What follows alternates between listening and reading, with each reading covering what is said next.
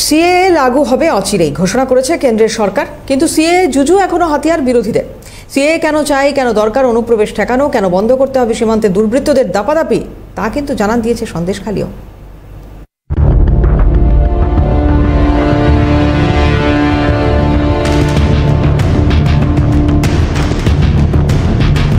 কেন্দ্রের সরকার ৩৭০ ধারা রদ করেছে। শীর্ষ আদালত থেকে তার সাংবিধানিক বৈধতাও পেয়েছে। অনতিবিলম্বে চালুর পথে অভিন্ন দেওয়ানি বিধি। সংখ্যালঘু মহিলাদের একটা বড় অংশ আছেন এই বিধির পক্ষে, কিন্তু আইনে পরিণত হয়েও এখনো লাগু হয়নি সিএএ। নাগরিকত্ব সংশোধনী আইন নিয়ে প্রথম থেকেই বিরোধীরা সরব, হয়েছে হিংসাত্মক বিরোধিতাও। তবুও কেন্দ্রের ঘোষণা আর বিলম্ব নয়, এবার লাগু হবে সিএএ। দেশের প্রগতি কিংবা সুরক্ষার স্বার্থে সময় বিশেষে সরকারকে কঠিন সিদ্ধান্ত নিতেই হয়। কিছু কঠিন সিদ্ধান্ত বড় কোনো জনগোষ্ঠীর কাছে অপ্রিয় হতে পারে, আবার সেই জনগোষ্ঠীর কাছে তাকে অপ্রিয় করে তোলার চেষ্টাও হয়। সিএ এর ক্ষেত্রে হয়েছে ঠিক সেটাই। আরএনআরসির নাম করে মানুষকে বাতিল করে দাও, ডিটেনশন ক্যাম্পে নিয়ে যাও, মানুষকে তাড়িয়ে দাও। সিএএ নাগরিকত্ব কেড়ে নেওয়ার আইন নয়, সিএএ নাগরিকত্ব দেওয়ার আইন।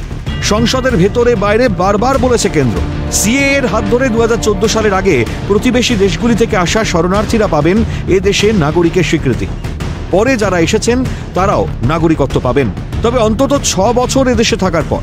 সরাসরি পশ্চিমবঙ্গে ১৫.৫ কোটির বেশি জনগণের মধ্যে ২ কোটির বেশি মানুষ তারা শুধুমাত্র ধর্মীয় উৎপীড়নের কারণে বাংলাদেশ থেকে আসতে বাধ্য হয়েছেন। জমি জমা, বাড়ি ঘর, মন্দির সব ফেলে রেখে দিয়ে দেশ ভাগের বিভীষিকা নিয়ে তারা অন্তত এই আইনের ফলে সুফল পাবেন।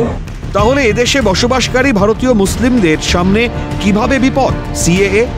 তবুও সিএএ এর বিরোধিতা হয়েছে, হিংসা দেখেছে সীমান্ত পারের রাজ্য পশ্চিমবঙ্গ। কেন্দ্রের শাসক দলের অভিযোগ, সিএএ জুজু দেখিয়ে সংখ্যালঘু মনে আতঙ্ক ছড়াচ্ছে রাজ্যের শাসক দল তৃণমূল। তারই প্রতিফলন পড়েছে হিংসাত্মক আন্দোলনে, এমনকি ভোটের বাক্সেও। নির্বাচন আসবে, কে করবে কাকা? ৫ বছর তাকে ফরেনার হয়ে যেতে হবে। সেতে এখনো নাগরিক আছে, অনেক দিন সে নাগরিক থাকবে না। তা নাগরিক না থাকলে রেশন পাবে কোত্থেকে? গণতন্ত্রের সব শাসকের কাছেই ভোট বাক্সের মূল্য অপরিসীম, তৃণমূলের কাছেও তাই। কিন্তু অভিযোগ, সিএএ নিয়ে বিভ্রান্তি ছড়িয়ে সংখ্যালঘুদের ভোট হাতিয়ার করতে চায় তৃণমূল। বিপদটা এখানেই। সিএএ এর লক্ষ্য নাগরিকত্ব দেওয়া, বিদেশি অনুপ্রবেশ ঠেকানো, দেশকে সুরক্ষিত রাখা। কিন্তু অভিযোগ, ভোট ব্যাংকের স্বার্থে অনুপ্রবেশেও বাধা হতে চায় না পশ্চিমবঙ্গের শাসক দল। পরিণতি কি দেখেছে সীমান্তবর্তী জেলাগুলি? বাংলাদেশের মৌলবাদী শক্তি আর গরু থেকে অস্ত্র চোরাচালানকারীদের নিরাপদ ঠাঁই হয়ে উঠেছে পশ্চিমবঙ্গ, জানান দিয়েছে সীমান্ত পারের জেলাগুলির বিভিন্ন ঘটনা। আপনি যান ভাঙড়ে, যান জমি দখল হচ্ছে, আপনি যান গোসাবাতে জমি দখল হচ্ছে। যেখানে যেখানে ডেমোগ্রাফি চেঞ্জ হয়েছে সেখানে যেখানে এই ধরনের ঘটনা ঘটছে।